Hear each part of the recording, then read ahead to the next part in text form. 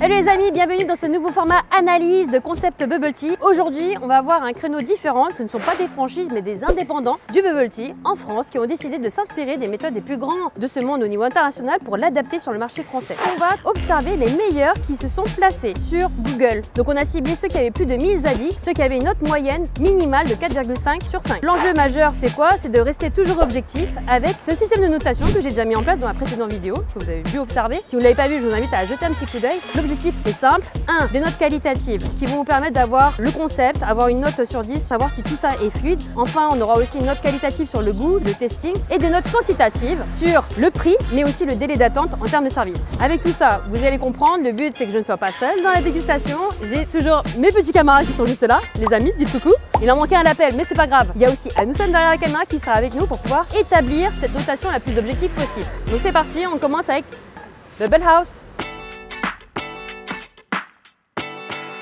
Bonjour. Moi je voulais savoir, c'est quoi votre recommandation? C'est quoi le best-seller de la boutique? Moi je veux bien le thé lacté et un thé fruité. Dans votre best-seller, c'est lequel que vous recommandez? Thé au lait, je peux vous recommander le thé noir au lait. Ouais. Classique. Ok. Bah, je vais tester un classique thé noir. Je vais tester aussi un tarot. Trop de sucre. Vous recommandez quoi? 100%, 50%. Je veux pas trop sucré. Enfin, je veux vraiment pas trop sucré. Quelque chose d'équilibré. 100% et après Ok. Et on va prendre un tropical. Bah, pardon, un mangue passion, pardon. Oui, s'il vous plaît. Des formations professionnelles. Ah oui, je veux pas trop sucré. Je vous fais confiance alors. Bon, on va tester alors celui du moment. Allez. Merci beaucoup. C'est parfait.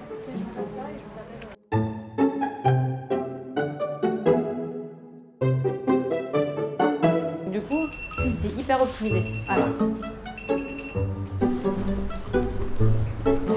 Pour 8 minutes. Allez, c'était à 6, le temps qu'on le lance, allez, 7 minutes d'attente. Alors, c'est parti. Moi, ce que je vous propose, c'est qu'on prend une seule recette d'abord et on la teste et on lui donne une vraie notation du début jusqu'à la fin. Ça vous va? On va commencer par le classique, toujours. J'aime bien parce qu'elle m'a recommandé tout de suite le classique. On va dire que c'est vraiment le basique. Je vais pas biaiser. Je ne dirai rien, je mets la note directe. Comme ça, on biaise personne.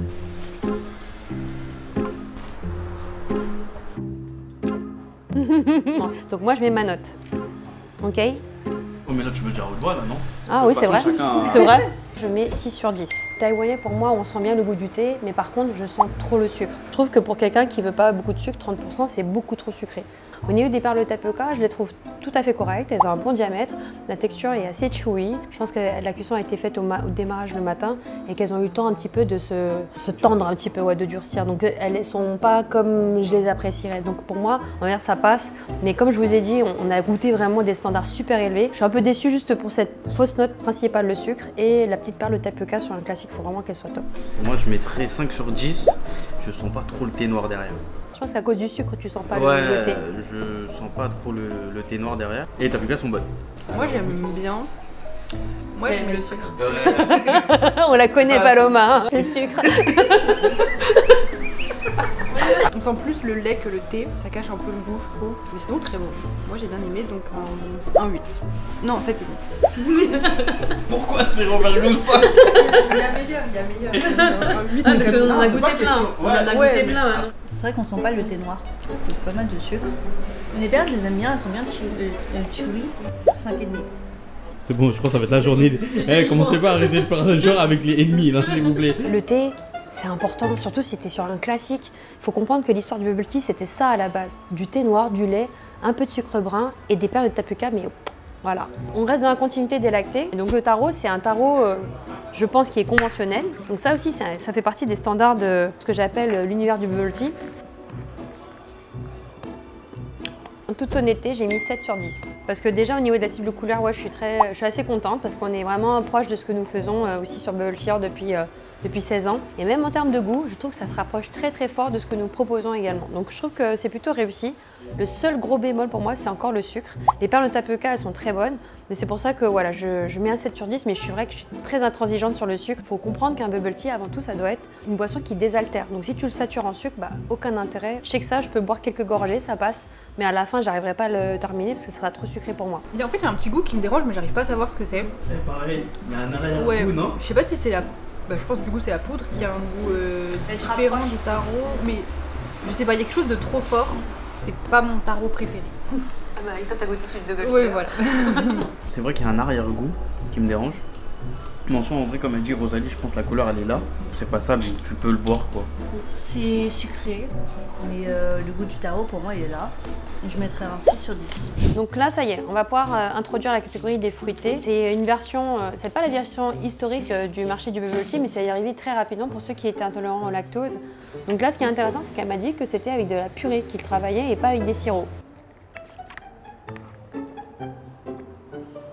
C'est très frais, c'est intéressant parce qu'on sent vraiment la texture de la purée de fruits. Par contre, sur le dosage du sucre, mauvaise recommandation, mais mettre 50%, c'est un poil sucré pour moi. Il faut comprendre que c'est une boisson aussi qui est appréciée des jeunes, donc on se doit d'avoir un devoir de pédagogie quand même sur ce niveau de sucre et avoir un parti pris sur pas trop sucré. Mais pour le fait d'aller sur la purée de fruits, je trouve que c'est une bonne initiative. Globalement, sans ça, bah, voilà, j'aurais pu mettre un 10, mais là je ne mettrais que 8 sur 10. Ça change. Après, il y a un truc, c'est vrai, je pense que ça fait trop, je crois, c'est la gelée. J'aurais pas mis de gelée, j'aurais mis que 100% tapioca. Je trouve qu'il est hyper frais. Le mélange il est bon. Et moi justement je préfère avec les gelées. Je trouve que ça rajoute vraiment quelque chose. Après oui c'est vrai que lui pour le coup je sens qu'il est sucré. Je dirais on a ajouté de l'eau dans un jus de fruits, c'est bizarre de dire ça. Non, c'est ça. Mais par contre je kiffe les petites perles qui passent dans la bouche, il y a un petit côté acide. Il est très frais donc je mettrais un 8 je pense. Donc celui-ci c'est le bubble tea saison du moment, donc c'est un mix entre pêche et ananas, m'a-t-elle dit. Donc ce qui est dommage c'est qu'en termes de couleur on voit pas trop la différence.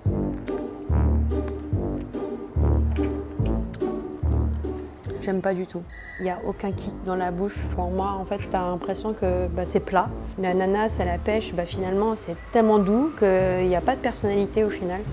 Je trouve que c'est hyper déceptif pour faire un bubble tea du moment. Il faut vraiment lui donner, je sais pas, en tout cas, c'est lui mettre une mise en avant, mais j'ai plus l'impression qu'ils ont pris les ingrédients qui ne tournaient pas et ils les ont foutus ensemble.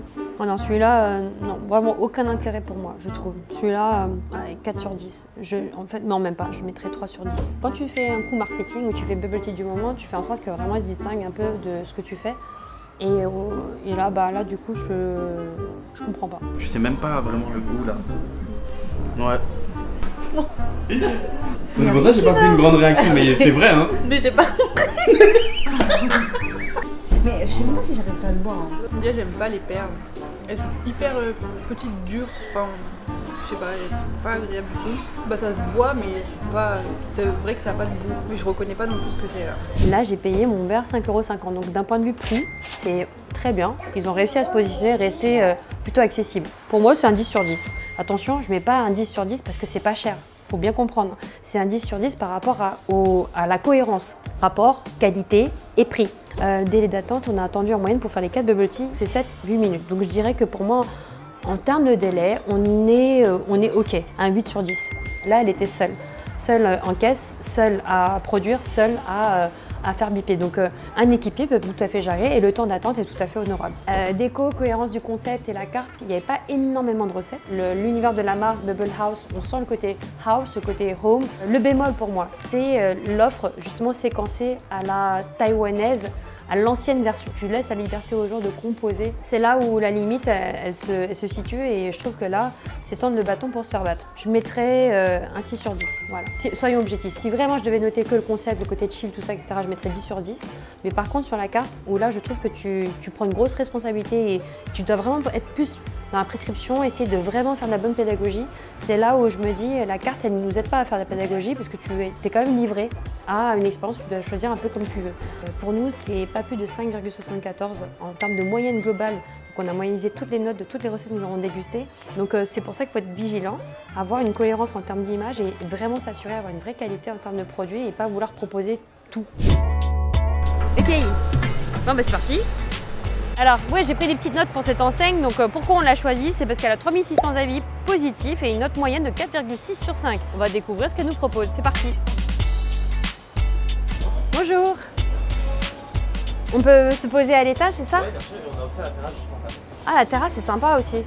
Alors, vous voulez une boisson plutôt avec du lait ou sans lait? J'aimerais bien vos recommandations. Est-ce que vous faites des recommandations ou... Ouais, parce qu'en fait, on a beaucoup de choix ici. Ouais. Ah ouais, mais alors je suis mal barrée. Comment je fais pour savoir le sucre? Le sucre, c'est vraiment pas sucré ou c'est... Ouais, ok, d'accord. Ah oui, tapioca, oui. Ok.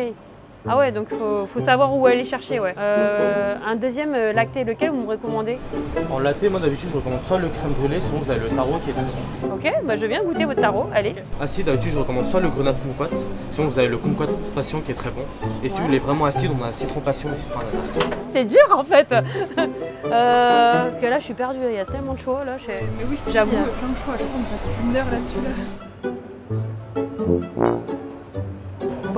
Pomme. Tu vois, je le vois pas. Hein. Il a dit pomme citron. Ah, c'est là, c'est celui-là. Vas-y, on va tester. Technique. Comment il va, Titi? Ça va? La forme? On va. Alors, j'ai l'original. Oui.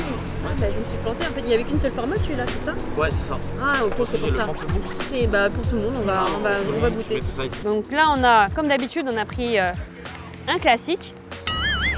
Teste la résistance des pailles. Il me fatigue. Donc là, en fait, j'ai rien demandé, ils m'ont mis des perles brown sugar. Alors sur le principe, je suis pas contre, mais quand tu manges un classique, en toute logique, on demande à avoir vraiment le classique sans fioriture. Donc on va tester. En tout cas, en termes de couleur, je trouve que c'est plutôt pas mal.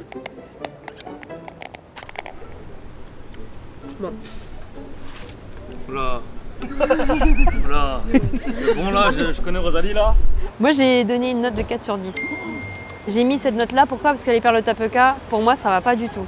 Elles sont vraiment pas bonnes. Pour moi, elles ont une texture qui est pas du tout chewy. Le thé noir, je le sens, mais il n'est pas assez prononcé. Donc au final, c'est plutôt un bubble tea moyen.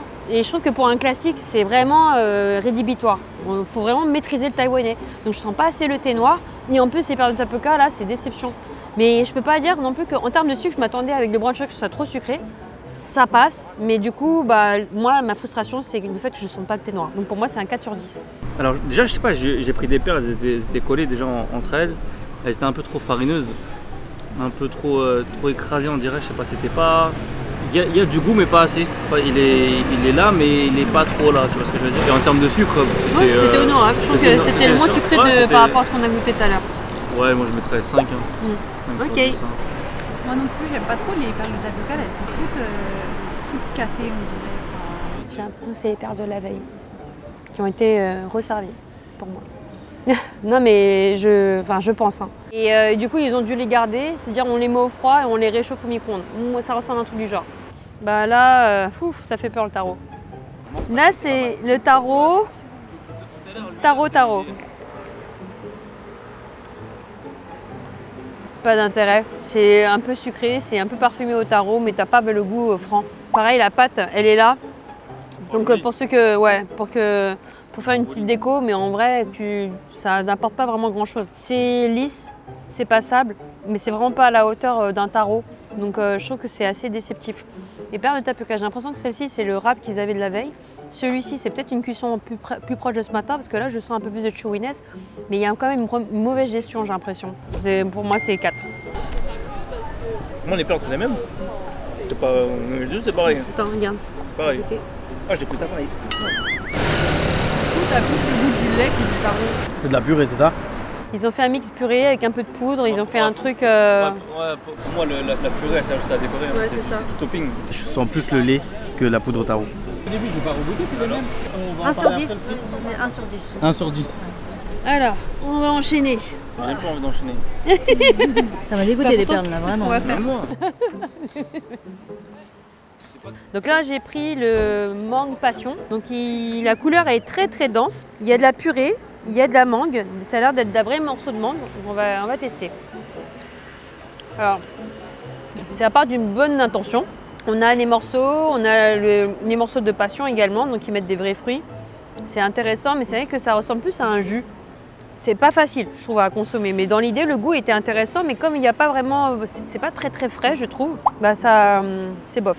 L'intention est bonne, et juste pour ça, je mettrais 6 sur 10. Mais les perles de tapioca, c'est rédhibitoire, c'est ce qui fait vraiment baisser la note, parce que les perles sont vraiment pas bonnes. Franchement, les perles, les gars, je trouve. Ouais, c'est ça. Oh, elle a pris une perle. Oh, elle a pris une perle. Moi, c'est un bon jus. Mais pas assez frais. Celui-là, il est passable. À boire, c'est bon, mais comme a dit Rosalie, je pense avec les tapioca, le mélange, ça ne fait pas trop.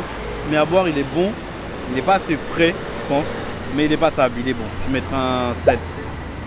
Les poppings là-dedans, ça passe très bien, tu vois. Une petite explosion avec un peu de frais. Donc là, c'est pamplemousse. Problème de tapioca toujours.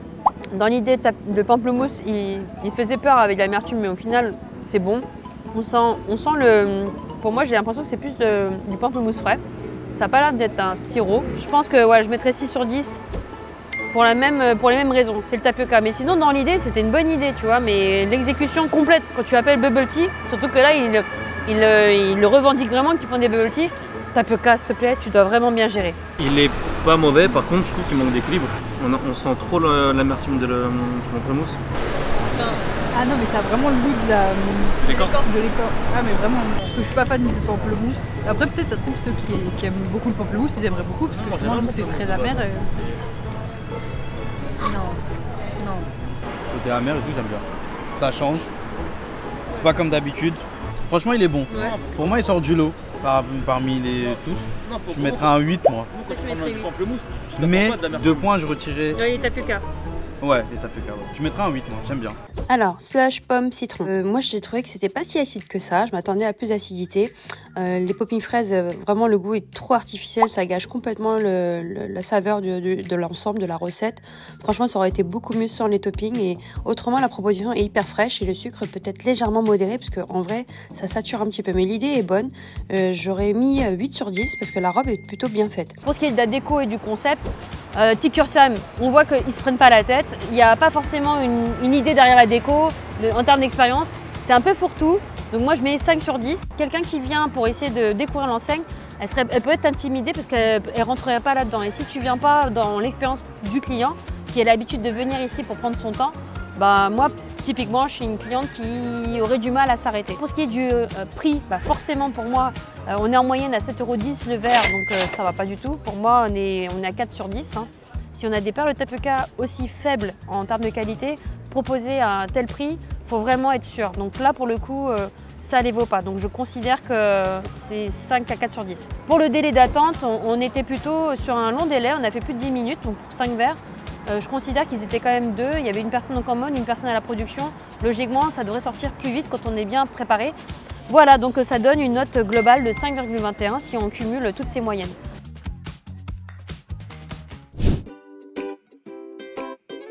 Dorimo. C'est une enseigne qui a été créée aussi en 2018. Donc 2018 c'était une année très florissante, on va dire, en termes de bubble tea bar. On va découvrir l'offre et on va tout simplement évaluer tout ça. Mochi fraise de vol. Je me dis, celui-là il m'interpelle, il me donne envie. Alors là c'était une création et ça me rappelle pas mal celui que Xing Fu Tang faisait, tu sais, version fraise avec le rabbit. Et on a été déçus avec le rabbit. Donc je me suis dit, est-ce que là, on va être moins déçus. On va essayer parce que quand même fraise c'est un best-seller, donc on va tester. Donc c'est un lacté, donc je laisse dans la catégorie lacté fruité. Ok, j'ai capté. On va faire ça. Ouais, c'est très particulier. Non, là je peux pas, je valide pas du tout. Là c'est une question de goût personnel, peut-être que beaucoup peuvent apprécier ça, mais là je trouve que ça ne matche pas du tout.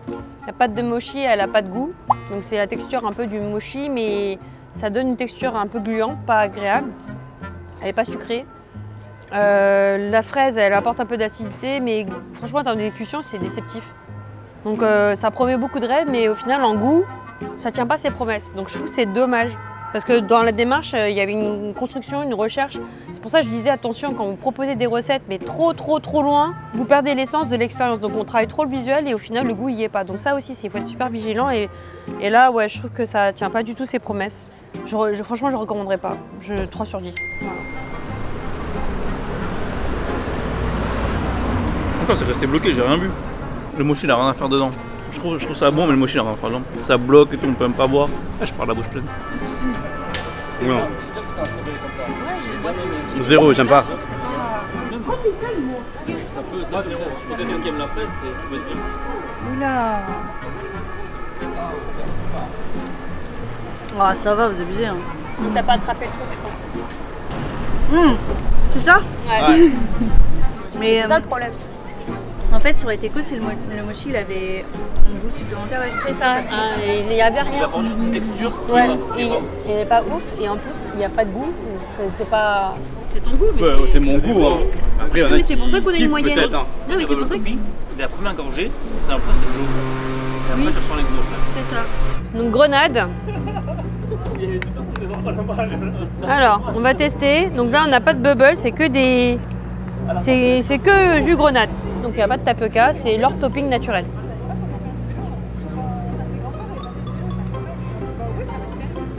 Oh. Là, franchement, la dégustation, je suis... Voilà, là, ça rince un petit peu. Il y a le côté astringent de la grenade, on la retrouve bien. Mais là, je trouve que ça n'apporte pas grand-chose parce que c'est pas assez équilibré. Le sucre, il domine vachement. Et au final, on est plus sur un jus. Et pour moi, il n'a pas vraiment sa place dans la gamme. Donc c'est un peu hors sujet et je suis très déçue. Donc au final, ouais, je suis pas emballée. Allez, 4 sur 10, allez, je mets 4. Il est bon. Moi j'aurais mis un 9. Ah ouais? Ouais. Bah j'aime bien parce que c'est bon, il répond aux grenades. Après j'aime bien la texture. J'aime bien le côté acide.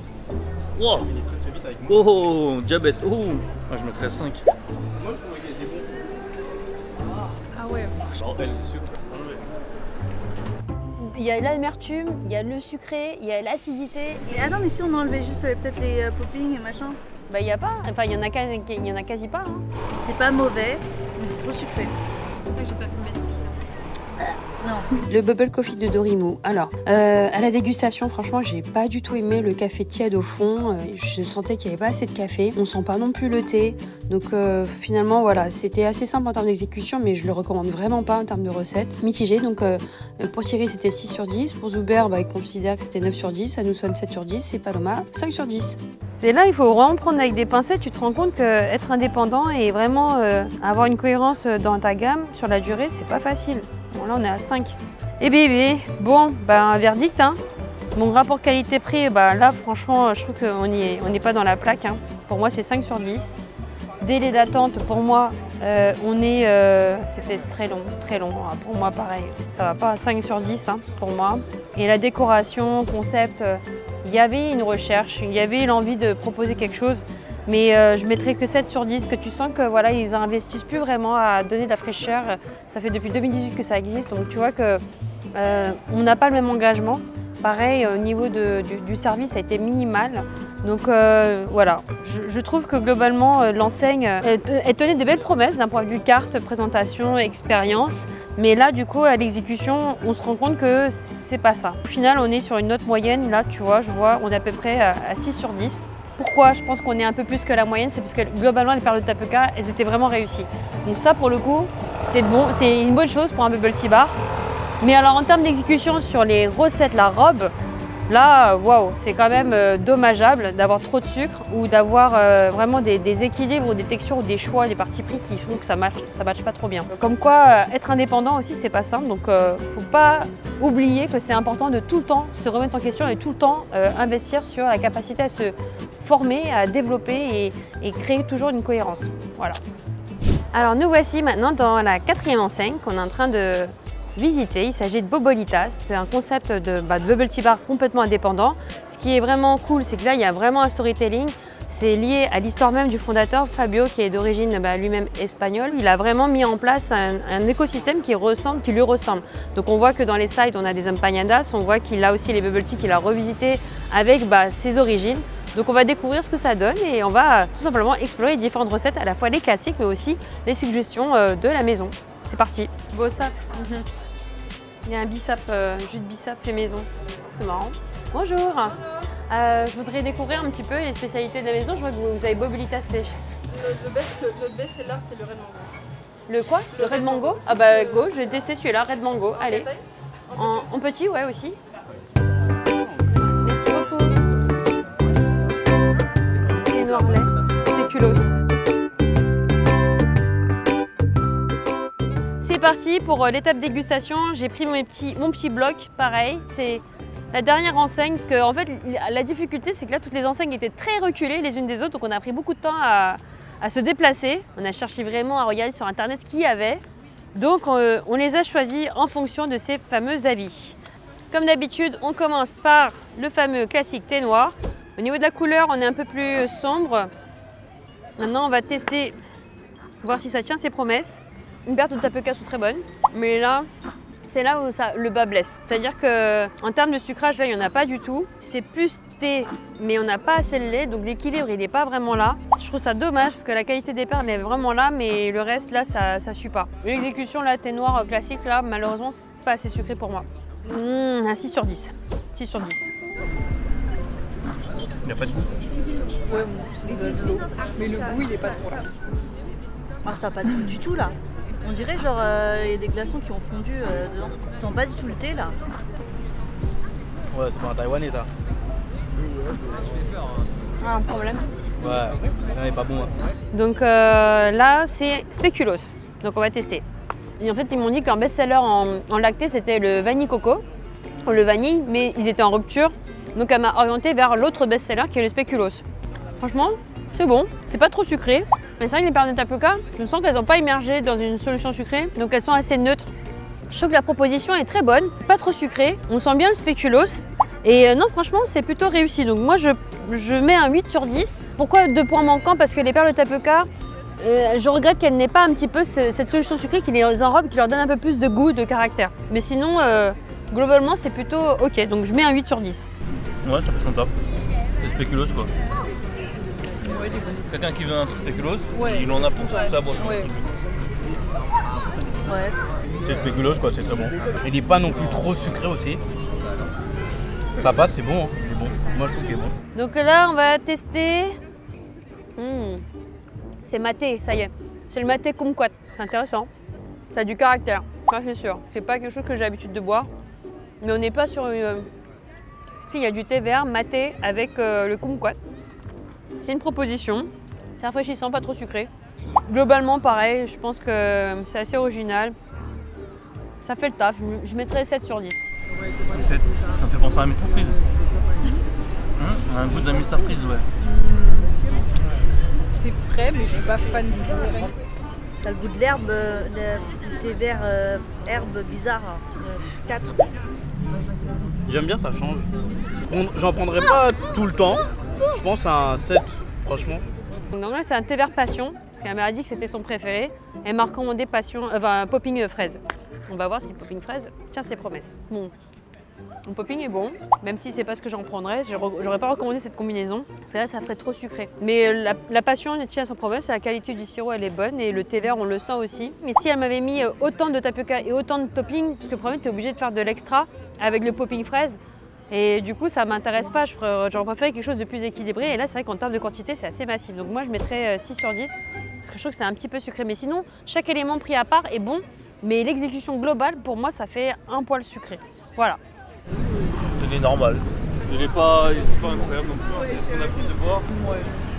Il est classique. Hein. Rien de spécial. Un bubble tea fruité, mais ça, c'est le genre de bubble tea, je pourrais le terminer quoi. Il y a un côté amer qui est pas mal, mais sucré quand même. Hein. C'est très très sucré. Hein. Moi j'aurais mis 4, c'est très très. Là, tu vois, par exemple, lui, j'aurais pas fini. En fait, comme quoi, c'est très important les bonnes combinaisons.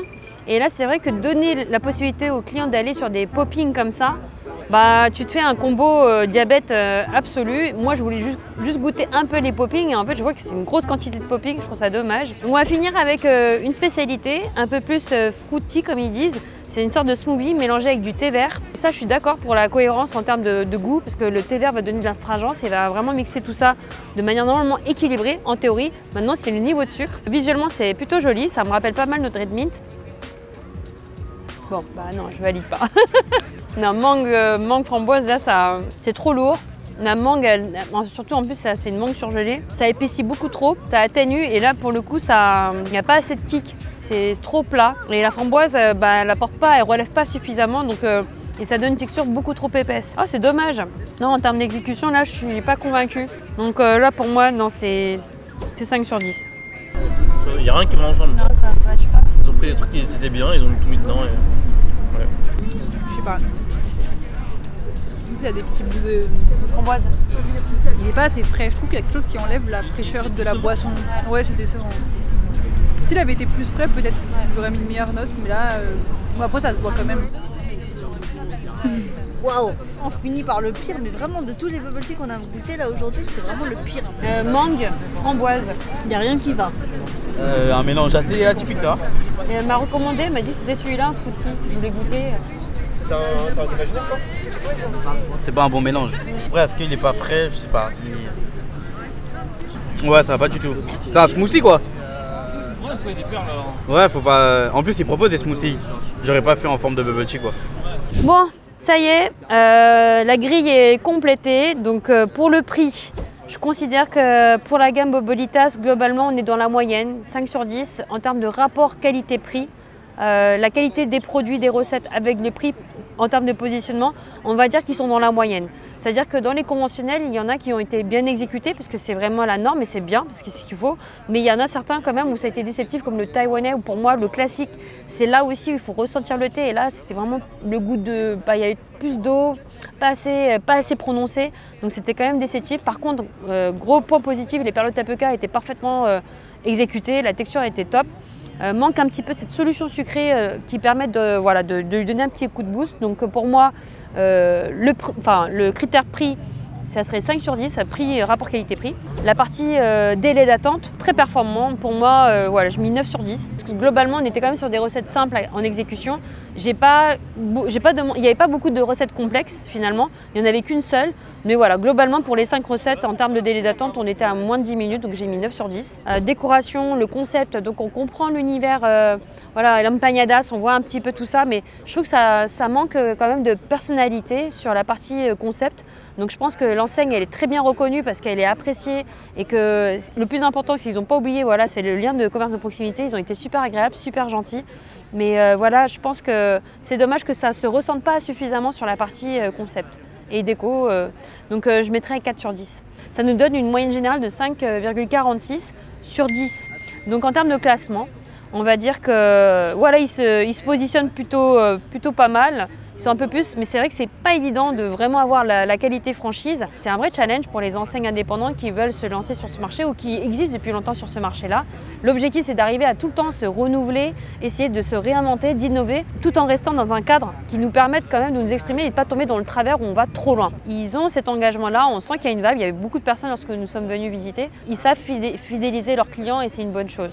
En gros, j'espère que cette vidéo YouTube vous a donné des éléments plus approfondis sur comment lancer son concept, comment se positionner sur son concept, comment réfléchir à son positionnement tarifaire, à son offre, mais aussi à la structure de son concept. En tout cas, nous, en termes de classement, sur la visite que nous avons effectuée, le premier qui ressort, c'est Dorimou en termes de concept. Il a réussi un peu à nous duper avec un positionnement jusque boutiste dans l'approche franchise. On a eu le sentiment d'arriver vraiment sur un professionnel du métier. Et donc du coup, en termes de concept, c'était plutôt abouti. Le deuxième pour nous, c'est Bubble House, Paris. Troisième, Bobolitas. Et enfin, Take Your Time. Alors Take Your Time est sur le bas du podium parce que je pense que même s'il crée une expérience super sympa en mode late night, tu peux venir te poser. La problématique, c'est vraiment il y a trop de références et au final, on est perdu. Et je pense que ça n'optimise pas forcément non plus le délai d'attente. Voilà les amis, j'espère que ça vous a aidé en termes de vision, mais aussi en termes de conseils concrets pour vous aider vous aussi à vous lancer. Si vous souhaitez dans le processus être accompagné, vous assurer d'avoir vraiment les meilleures clés pour faire de votre business un vrai succès et que votre concept vous ressemble vraiment, n'hésitez pas à vous inscrire à mes conférences, à mes masterminds qui vous permettront vous aussi d'avancer dans cette direction-là et d'y aller avec sérénité. Voilà, je vous dis à très bientôt. Ciao, ciao!